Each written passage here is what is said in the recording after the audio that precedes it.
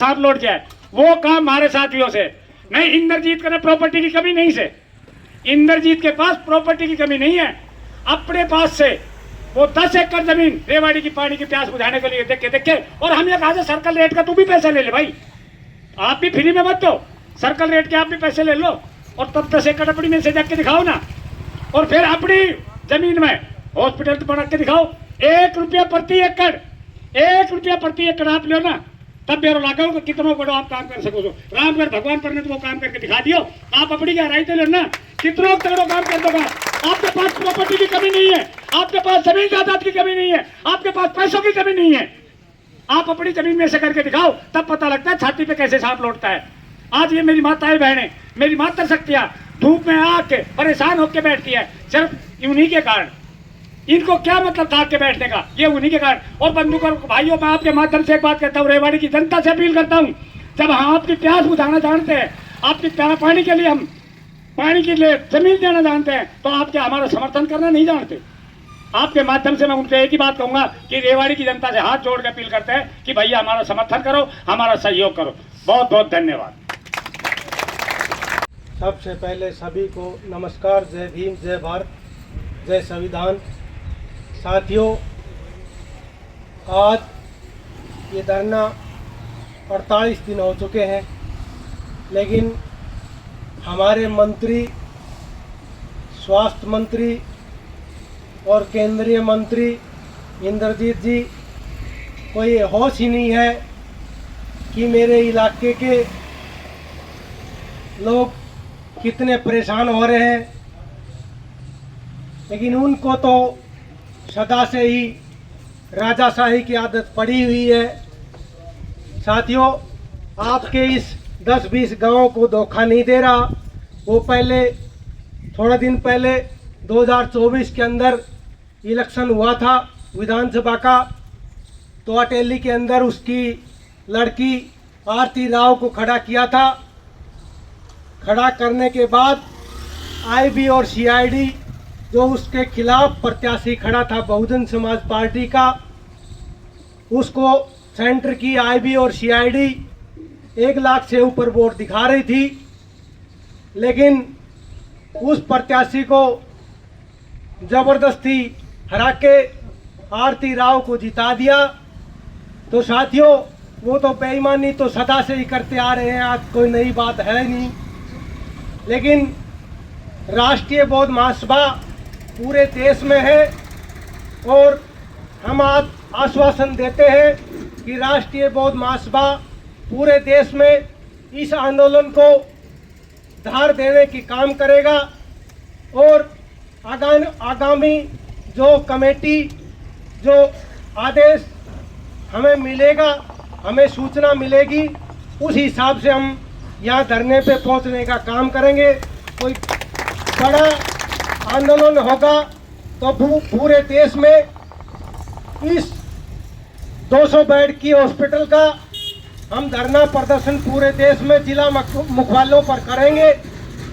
और आज हम यहाँ पे आए हैं, दूसरी बार आए हैं, एक बार पहले भी आए थे हम। तो साथियों, माताओं बहनों, ये माताएं हर रोज गीत गाती है, वो गीत बड़ा अच्छा लगता है, लेकिन वो गीत इंद्रजीत की छाती पर हर रोज सांप की तरह लौटते जाते हैं।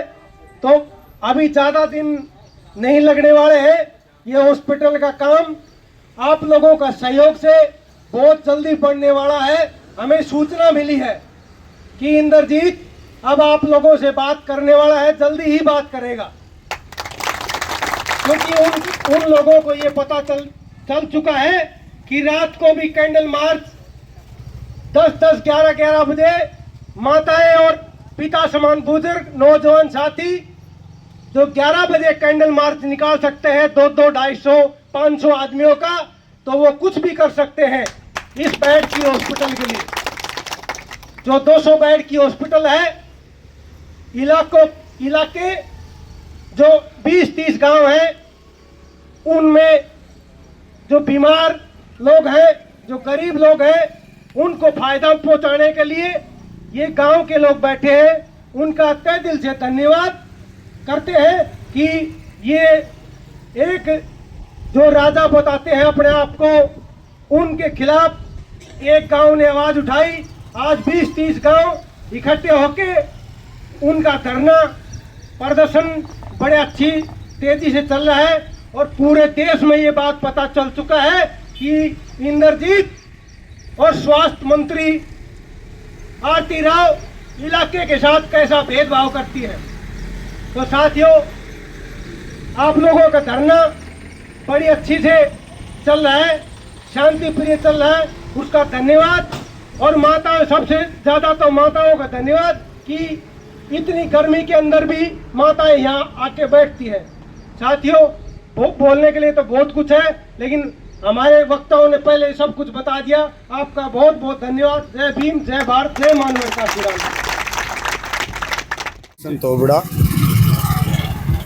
किशन तोबड़ा आज जो ये रामगढ़ भगवानपुर में जो धरना चल रहा है, इसके समर्थन के लिए आए हैं। और हम जो सरकार है, जो बीजेपी सरकार, वो ये कहती थी हम आम आदमी का जन स्वास्थ्य का ध्यान रखेंगे। और आज ये रामगढ़ और भगवानपुर के लोगों ने जो 10 एकड़ ज़मीन दी है स्वास्थ्य के लिए, 200 बेड की धर्मशाला, वो हॉस्पिटल के लिए, अगर वो लोग सत्ता में होते हुए भी अगर इन लोगों की समस्या का समाधान नहीं करते तो समाज से और इस देश की दुनिया से झूठा वादा करना छोड़ दें। क्योंकि उनकी परंपरा रही है, वो कहते थे कि हम सत्ता में नहीं है, हम ये कर देते, हम सत्ता में होते तो वो कर देते। आज उनके हाथ में सत्ता भी है, ऊपर से नीचे तक उनके हाथ में चाबी है। उनकी स्वास्थ्य मंत्री उनकी लड़की है, वो केंद्रीय मंत्री है। मगर इस समाज की, इस देश और दुनिया के, हरियाणा के आम लोगों के हालात पर कोई उनके ऊपर जून तक नहीं रेंगती। वो सत्ता का झूठा बहाना करते हैं। उनके खून के अंदर कैंसर है, उनके समाज के प्रति कोई दया धर्म नहीं है। वो अपने राजतंत्र के ऊपर राज करते हैं। सत्ता से उनको इन प्रजा से कोई लेना देना नहीं है। हम बार बार कहना चाहते हैं, ये झूठा वादा करते हैं हम सरकार में होंगे तो ये करेंगे वो करेंगे। ये सरकार में होते हुए भी कुछ नहीं करना चाहते। तो इनकी मनसूबा को समझ जाना चाहिए इन पब्लिक को। और आने वाले टाइम में इनको वोट की चोट के ऊपर जो बाबा साहब ने संवैधानिक हक दिया है, पूरी देश और दुनिया को वोट की ताकत का जो मतलब बताया है, उस पर ये प्रजा समझ जाएगी। और आने वाले टाइम में उनके ऊपर वोट की जो चोट मारेगी, वो अपने घर बैठकर आराम करेंगे। इस झूठी कभी भी वादा नहीं करेंगे इस प्रजा से, अगर हम ये करेंगे वो करेंगे। उनको ये प्रजा एहसास करा देगी, अगर आप घर बैठने लायक हो, इस प्रजा की समस्या का समाधान करने लायक आप नहीं हो, उनको नकारा घोषित कर देंगे वोट की चोट से। पंचायत के जो बैठे हैं धरना पर, उनको क्रांतिकारी इंकलाब। और मैं आज तीसरी बार धरना पे आया हूँ। हमारा जो साथी जो लोग हैं कुरुक्षेत्र में, केथड़ में, राष्ट्रीय बौद्ध महासभा के तमाम जो संगठन है जनवाद की किस्म के, जो सरकार की ये जो गलत नीतियां हैं, जो स्वास्थ्य जैसी नीतियां हैं, उनको कहकर और मुकरने का काम कर रही है, उसके खिलाफ अब ये जो लड़ाई है, ये सिर्फ भगवानपुर की नहीं है, ये पूरे देश के अंदर, हर जिले के अंदर ये पहुंच गई है। जल्द ही सरकार की नाक में नकेल डालकर आपकी जो बात है उसको मनवाने का काम करेंगे और आंदोलन को लगातार तेज करेंगे। तो मैं आपके बीच में आया हूँ, हमारे साथी आए हैं। हम जिस भी क्षमता में हैं, हर जिला के अंदर आपके समर्थन में, आपके पक्ष में ये बात को ले जाएंगे कि किस तरह से जो जनवाद के अंदर ये जो सरकार है अपना कहकर जो मुकरने का काम करती है। क्योंकि स्वास्थ्य सेवा ऐसी चीज़ है जो हमारे भारतीय संविधान में एक राइट है, उस अधिकार के तहत भी सरकार की जिम्मेवारी है कि स्वास्थ्य की रक्षा करना सरकार की जिम्मेवारी है। और खुद सरकार ने कहा कि हम 200 बेड का हॉस्पिटल बनाएंगे और जो बेशकीमती ज़मीन है उसको सरकार को निःशुल्क देने का काम किया है। और ये जो सरकार के नुमाइंदे हैं अपने व्यक्तिगत फायदा के लिए दूसरी जगह, हम दूसरी जगह नहीं कह सकते कि ये जो लोग आपस में जो हमारे वर्ग के जो कमेरा वर्ग है उसके अंदर फूट डालकर जो नीति बना रखी है, उस नीति का भी हम घोर निंदनीय करते हैं और इस आंदोलन को हम तेज करेंगे, तब तक जारी रखेंगे जब तक ये सरकार घुटने टेक कर भगवानपुर के अंदर 200 बेड का हॉस्पिटल नहीं बना देती, तब तक हमारा आंदोलन जारी है। तो मैं तमाम जो आज आए हैं मेरे साथ, उनके साथ तहे दिल से मैं उन शुक्रिया करता हूं और पूरे हरियाणा के अंदर आपके आंदोलन को तेज करेंगे। आपका हमारा समर्थन है पूरा, आप लगे रहो, आपके आंदोलन जीत निश्चित होगी। इंकलाब जिंदाबाद, भगवानपुर के पंचायत जिंदाबाद। बुजुर्गों, मातृशक्ति, आए हुए गणमान्य अतिथि, हम आपका तहे दिल से हृदय की गहराई से स्वागत करते हैं। और दूसरी बात, विजय भाई साहब ने जो बात कही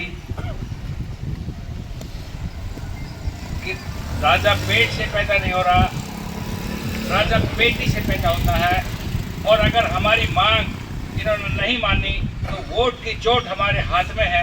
हम इन लोगों को सबक सिखा देंगे कि अभी ताकत हमारे हाथ में।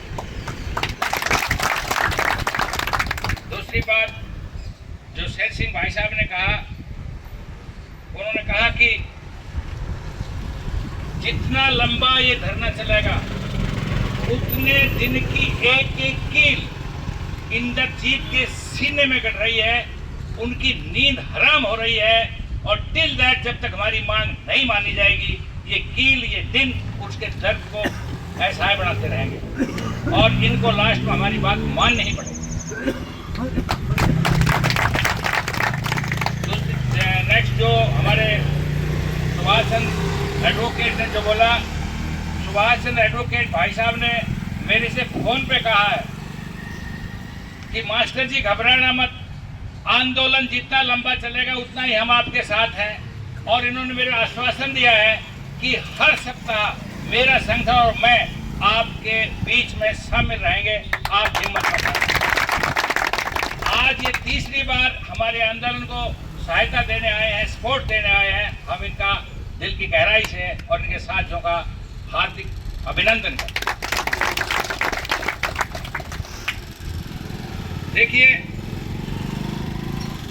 वो चाहे जो भी सोच रहे हो, हमने पक्का सोच लिया है कि ये जो आंदोलन है ये भगवानपुर का ही नहीं है, ये चिंगारी हरियाणा से निकल कर पूरे भारत में फैलेगी और जो इसके सामने इसके टक्कर मारे को तहस नहस करती चली जाएगी। ये हमें पूरा विश्वास है, क्योंकि भाई साहब विजय ने जो हमें आश्वासन दिया है, इससे हमारा जो हौसला है और हमारे जो दृढ़ निश्चय वो और आगे बढ़ा है। उन्होंने कहा कि जो भी आप फैसला लेंगे हम आपके साथ रहेंगे और जो हमारे लायक सेवा है हम आपके लिए 24 घंटा करने के लिए तैयार हैं। हम विजय भाई का पुनः आपकी तरफ से अभिनंदन करते हैं।